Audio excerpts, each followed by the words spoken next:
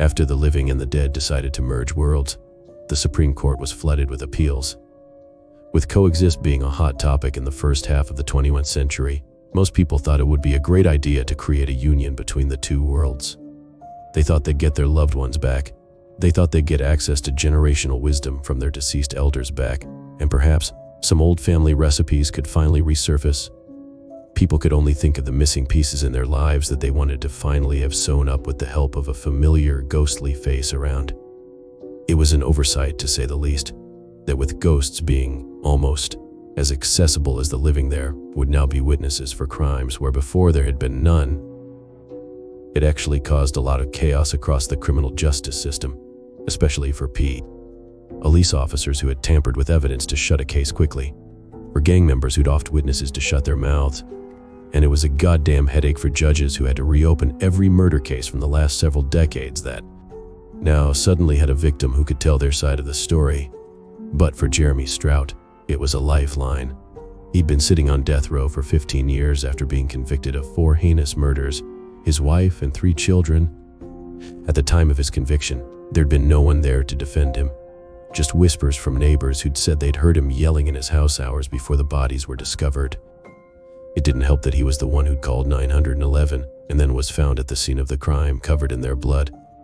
It didn't help that he'd sought out anger management before in his past. Rumors swam through town like a broken dam. Neighbors speculating that he hadn't wanted their 3rd child, that little Harley Sue was a mistake Mrs. Strout made Jeremy keep, and that he'd finally snapped under the pressure of 3 small children and a wife whose fertility had betrayed him.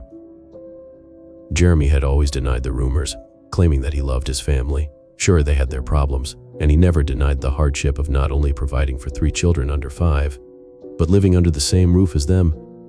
Nevertheless, he remained adamant in his defense. He would never harm them. Unfortunately, that wasn't enough.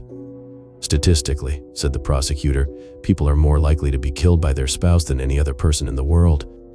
And of course, Mr. Strout could not leave his children to live after killing Mrs. Strout, because who would take care of the children while he was at work? And if he had not done it, then why so much blood, not only on his clothes but in his fingernails, wedged between eyebrow hairs, and in the wrinkles of his temples? And the even bigger question, if Mr. Strout had not murdered his family, then who did? There had never been another suspect.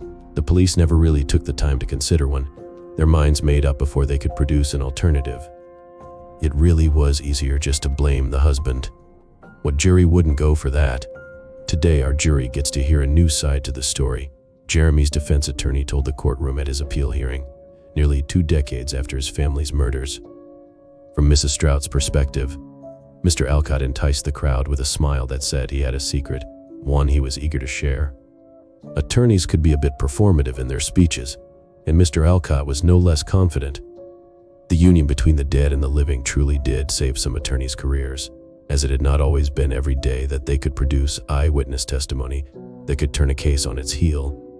Some started getting big heads about it, as if they had more power than the judges, and Mr. Alcott's once regular-shaped head was slowly growing in size. Jeremy, who'd known him since his family's gruesome deaths, knew that Mr. Alcott came from a humble and passionate place. He just wanted to help people. And more than anything on this day, he wanted to help Jeremy. The only problem with ghosts as witnesses was time. The worlds were combined. Yes, ghosts were all around. But time for the living and time for the dead, they existed on 2 separate lines, intersecting at points that were not always convenient. Ghosts floated from here to there to here, teleporting across space and time, and their biggest adjustment to being reunited with the living was adhering to the old 3rd-dimensional clock. You could not simply tell a ghost to show up in court at Ninim and expect them to find where that time existed for them. The closest thing living humans had to relate this ghostly state of non-linear existence was to elderly people with dementia. They hopped from place to place, time to time, without any real sense of how they got there. Ghost therapists, a new occupation created by the psychologists, blended a team of living and dead to try to help condition ghosts into grasping the concept of earthly time. But like any therapy, it was not an immediate remedy. Realistically, Mr. Alcott could only hope that Mrs. Strout would appear in court. but there was no way to be certain she would find her way there at the right time and place of the court hearing. Yet, still, he spoke as if there were not a single doubt in his mind. Today we will get to hear an eyewitness account of the events that took place on October 26, 2023, from one of the victims' perspectives. And how grateful are we that it is now possible. Mr. Alcott turned to face Jeremy Strout, seated at the defense table, shackled at his wrists and ankles.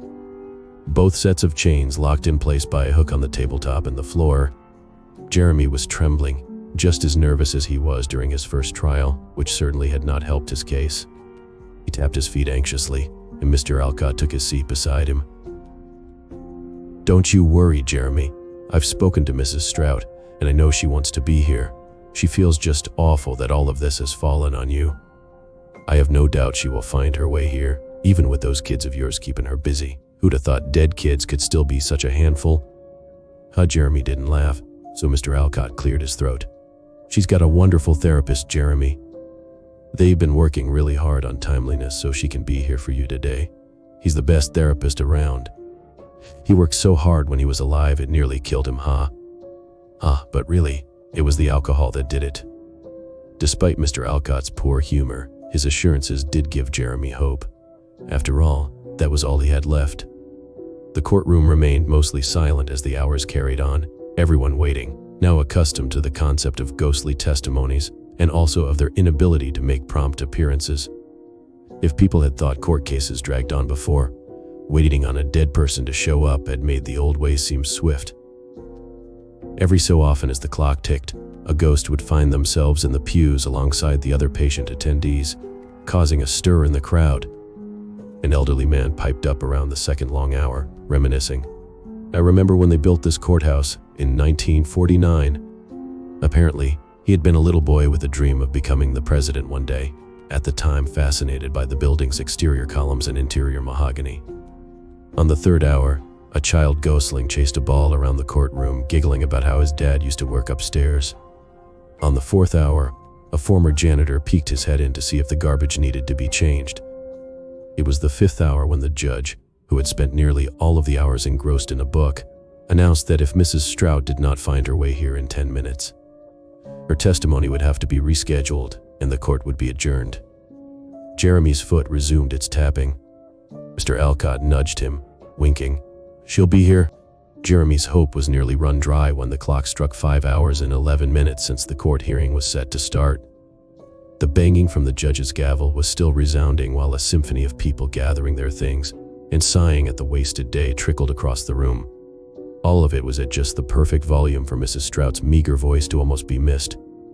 Almost. "Hello," she said. "Hello, did I make it on time?" The noise in the room was like a faucet sputtering out until it finally stilled. Everyone froze in their tracks and turned towards the voice to find an equally meager and transparent figure seated at the witness stand. When Jeremy laid eyes on her, she looked as beautiful as the day he married her. Not appearing in the form in which one died was a feature of ghosthood that all appreciated. Senora, Jeremy whispered. At her name, the ghost frantically searched for its source. When she landed on Jeremy, relief softened and warmed her face. "Jeremy," she smiled. Then, as if her reason for being here suddenly rushed to her mind, she jerked towards the judge, who was still frozen in his half-standing, half-seated stance, considering if he should allow this hearing to take place. "Your Honor, you have to set him free. He's innocent. Please," she pleads. "Senora, where are the kids?" Jeremy asked, worriedly. His ghastly wife faced him again. "They're fine, dear. Well, they're dead, but they're fine. They're at the park playing." Jeremy thought of little Harley Sue, not even 2 when she passed, off at the park playing without an adult. Senora read his expression. "I figure not much else can happen to them now." She shrugged. For Mr. Alcott, who was already up on his feet, cleared his throat and approached the judge's bench, nodding a hello to Mrs. Strout. "Your Honor, would you please allow Mrs. Strout to give her testimony? We've waited all this time, and if we prolong it any further, we cannot guarantee her appearance again." The judge was tired and hungry and ready to sit on his couch and kick his feet up, but he was also reasonable. He surrendered a sigh. All right, Mr. Alcott," court reinstated. He tapped his gavel, and the jurors all groaned as they found their seats again. "Make it quick, Mrs. Strout. We had all day, but that day is nearly gone. Mr. Alcott turned to Jeremy, giving him 2 thumbs up. Jeremy released all of the air he was holding onto. Mrs. Strout nodded and straightened in her seat, running her hands across her lap as if to flatten her dress. Out of habit, most ghosts seemed to retain this gesture. Mrs. Strout inhaled before she spoke. The day I died, there was a harvest moon on the rise. The children were loud, and the house was a mess, and the fridge was nearly empty. I hadn't gotten to laundry in over a week. It was a pretty typical day in our house, actually, Mrs. Strout joked. Only a few in the room offered an empathetic laugh. The judge was less patient. Mrs. Strout, while I have sympathy for your tragic death and the death of your 3 children, you are here to tell us if it was that man, Mr. Jeremy Strout, who did it. We do not need a bedtime story. Jeremy flinched at another man telling his wife what to do. Let her speak. The judge shot him a daring gaze. Mr. Alcott squeezed his shoulder. Senora thanked him with her eyes, but behind them was a painful secret rising to the surface. Of course, Your Honor. I know I've already taken up a lot of your time, she said, addressing the whole courtroom full of people. Then she looked down at her lap, twiddling her fingers. The truth is, my children. A gasp echoed across the walls of the room, and an uproar of whispers scattered like static. Mr. Alcott and Jeremy shared a confused stare. The judge banged his gavel. Order, order. Everyone started to hush, but it wasn't until Senora shouted that silence fully resumed. But it wasn't Jeremy. Senora was crying now, looking directly at her husband. I'm so sorry, she sobbed. Jeremy's foot stopped bouncing. His mind was trying to solve an impossible puzzle. All these years, people had assumed he had murdered his entire family, but the truth was he honestly didn't know what had happened to them. Just like he'd told the police, he'd come home from a long day at work and walked into the most horrific and life-shattering scene he'd ever witnessed. No one believed. Senora's sobs were the only sound in the courtroom as everyone patiently waited for her to collect herself. Thankfully, Kleenex had developed a ghost-friendly facial tissue, and one of the guards brought it over to her. She wiped her eyes and spoke sternly, as if she had not just been wailing with abandon. Your Honor, you need to release my husband from prison right now. What are you saying? Senora, Jeremy whispered. The next words that Jeremy's wife spoke were undeniably the most important of his entire life. More life-altering than the one spoken by the police who arrested him and the judge who convicted him. Senora's words freed Jeremy Strout from a prison death sentence and cleared his name of all criminal charges. But in the same instance, her words shackled him all over again, leaving him forever haunted by the truth. Jeremy Strout did not kill our children, she said. I did.